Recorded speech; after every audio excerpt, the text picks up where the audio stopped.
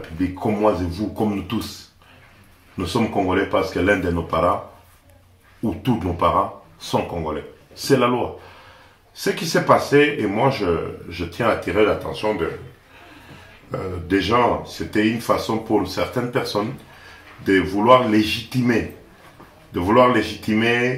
leurs institutions monoethniques.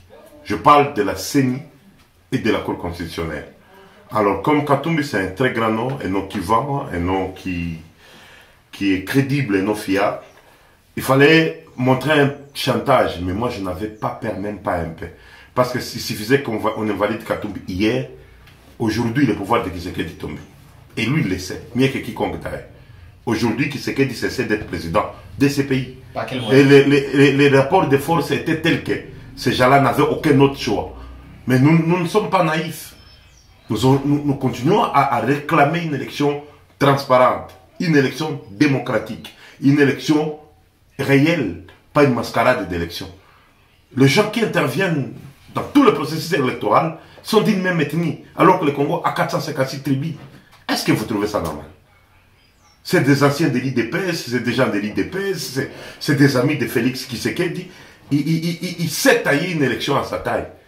Aujourd'hui, il a été incapable, je dis bien incapable, de valider Moïse Katumbi. Demain, il sera incapable de tricher aux élections. Ceux qui vont voter Katumbi, votez-les avec conviction.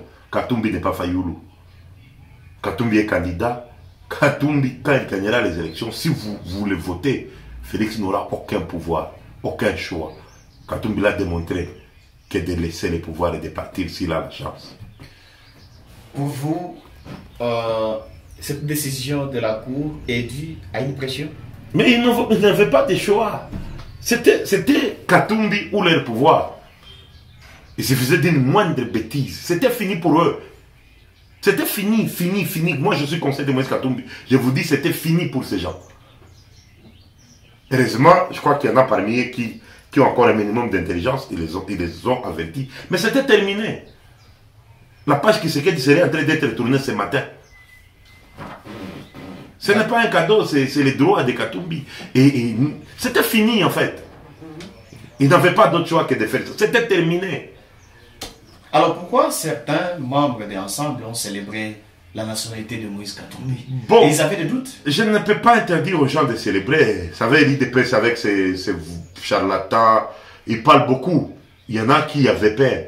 Mais sincèrement, moi, toute la presse ici présente, vous avez demandé plusieurs fois que je me prononce là-dessus. Même dans mes meetings, j'ai refusé de me prononcer parce que je savais que l'issue de ces combats, je n'avais ni pas peur, je n'attendais pas autre chose. En fait, si c'était eux qui avaient tout à perdre, mais nous, on n'avait rien à perdre.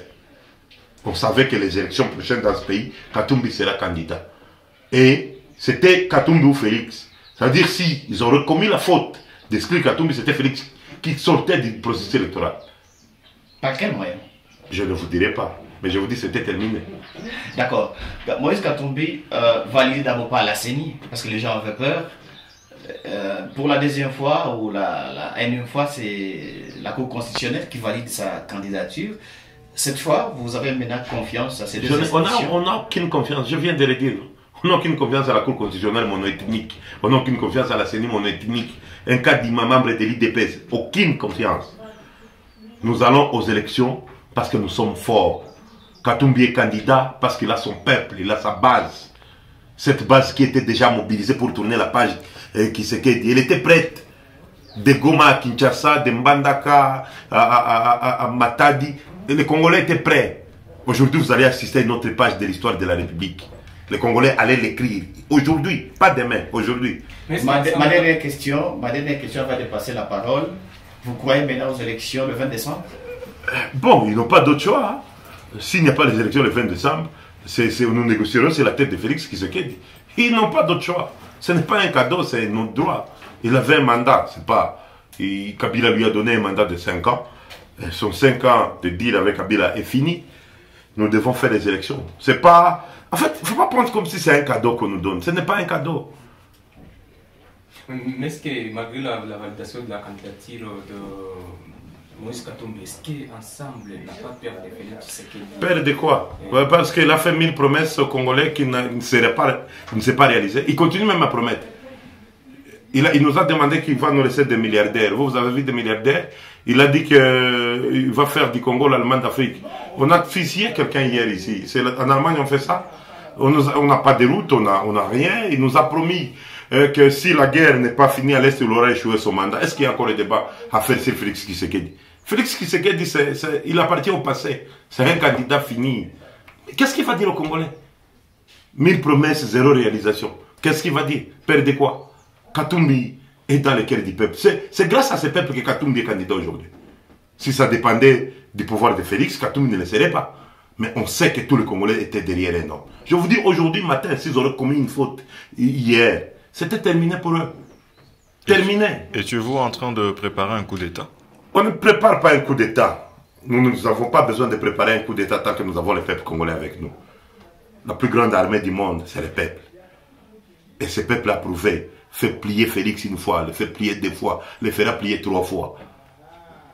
Mais entre-temps, il y a plusieurs questions, en fait, où il y a plusieurs couches sociales qui s'attendent déjà à une transition de 2 ans sans Félix Tshisekedi.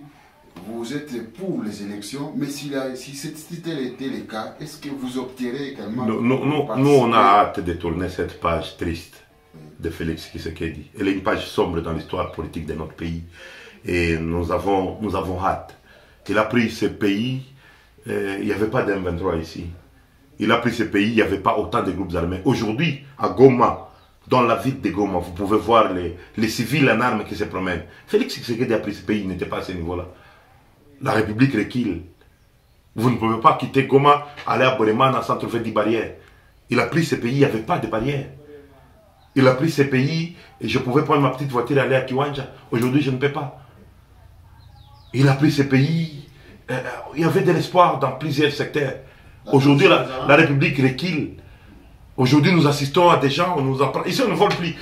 Les jeunes de la francophonie, on nous dit, c'était le budget, c'était 60 millions. C'est 324 millions. Ça veut dire que c'est plus de 240 millions de dollars volés. Disparus, sans budget, ça. 240 millions de dollars, c'est la route Goma qui s'en gagne. Goudronnée. Et c'est le changement dans tout le pays, tout le village est aux côtés ici. Ça peut même falsifier cette zone. L'argent est parti où? Dans des postes des gens. C'est la mafia. Kichanga était en train de tomber, Félix était dans un conseil privé à Kinshasa. Le jour là Kichanga tombe dans le médium 23, Félix est dans un conseil privé à Kinshasa. Est-ce qu'en Israël c'est possible qu'aujourd'hui le Premier ministre fasse un concert? Est-ce qu'en Ukraine c'est possible que le président Zelensky fasse un concert? C'est ça le vrai débat. La transition vous arrange? Nous, le départ le plus vite possible de Félix Tshisekedi nous arrange.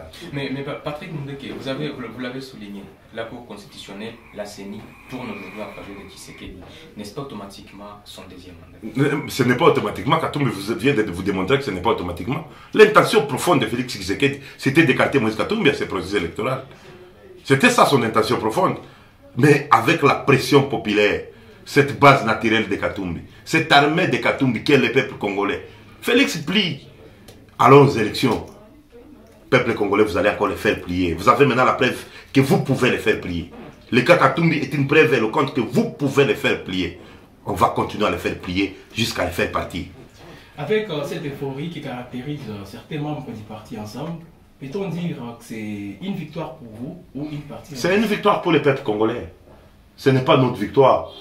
C'est vrai, Ensemble a beaucoup de militants, mais on n'est pas le peuple. Quand j'ai vu les gens qui sont sortis à Lubumbashi, j'ai vu des milliers de personnes à Goma, j'ai vu au Bas-Congo, au Congo central.